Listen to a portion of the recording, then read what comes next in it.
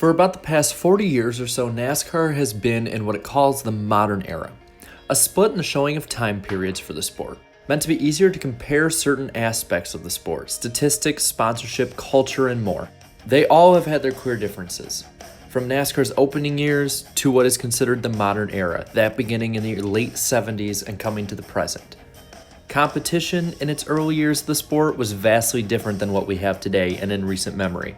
Parity, more often than not, was non-existent. Cars were mostly or completely stock production cars. Safety requirements were as solid as air. Sponsorships in the early years were more often local or regional, while the closer we get to today, the more and more national and multinational partners have joined in the sport. Before the Winston format, NASCAR shuffled through numerous ways to crown a champion. With the modern era, the sport gained a foothold in the national sports culture of America.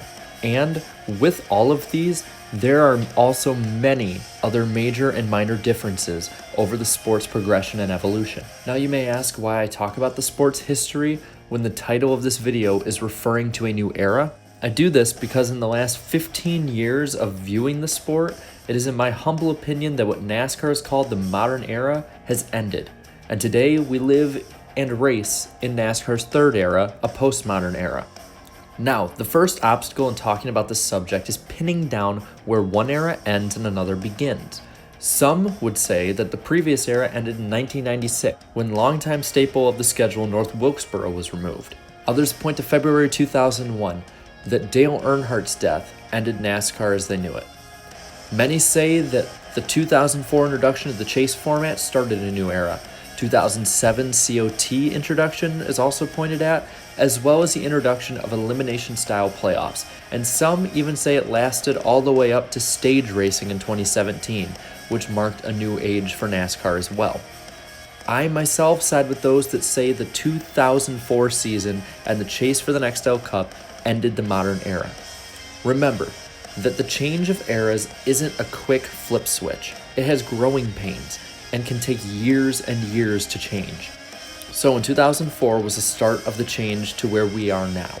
In 2004, new CEO Brian France made a sweeping change to the fabric of the sport as we know it. For the first time in decades, the way to crown a champion was being changed.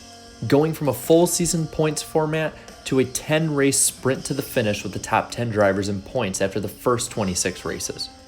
This would be the first of 5 changes in 13 years for the format to decide a title. Now, during this time, the cars also were rapidly morphing into new generations as well.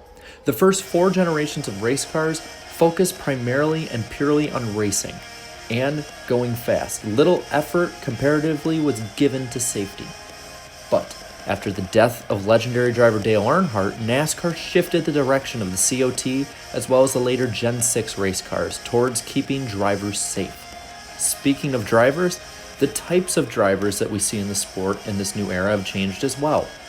Before, the sport was filled with a majority of southeastern drivers with colorful personalities and a handful for PR reps. Today, there is a broader pool of drivers from all over the country, and the majority of them are more corporate-friendly types, I guess we could say, when it comes to personality.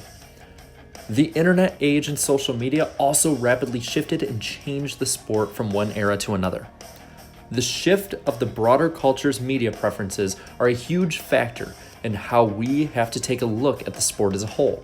Over the past decade and a half, the sport has also changed in popularity. In the first era, the sport was getting onto its feet and was a regional popular sport. In the modern era, the sport exploded into national prominence, becoming more popular than every other sports league except the NFL. Now, NASCAR has downsized, or fallen, whichever you prefer, I don't care, and is now somewhere in limbo. It seems to have stabilized over time, but in doing so, the general culture and attitude of those running the sport has changed as well. It has gone from primarily pure racing-centric competition in NASCAR to now openly admitting that the more entertainment-centric direction is the way to go. The chase and playoffs being one of the largest aspects, but since there has been more.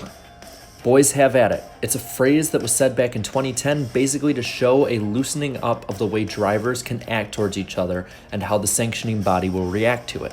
In a way, it basically encouraged and destigmatized fighting and intentionally taking people out. Also in recent years, in a way to make races more entertaining, NASCAR's implemented stage racing, having the races be split up into segments with breaks in between them, literally changing how each race would be run both on track and with strategy and in the championship picture. NASCAR continues to change their yearly rules packages as well to make closer racing and more entertaining racing in their eyes, decreasing and restricting horsepower in many places and taking away the racing from the driver's hands in a lot of areas. Basically, in looking at it, NASCAR today is much less like 2003 than 2003 would be to say 1987. The growing change going towards what NASCAR will be for decades to come. Championships in this era also become increasingly difficult to be comparable, similar to the last era change with the Winston format. What I'm trying to say is basically that we can't compare NASCAR to what it was because it isn't currently what it was and it's vastly different. Take that however you may, but I ask you, what do you think about all this? Are we in a new NASCAR era or not? Let me know down in the comments below. Leave a like and subscribe for more great NASCAR content. And until next time, have a good one.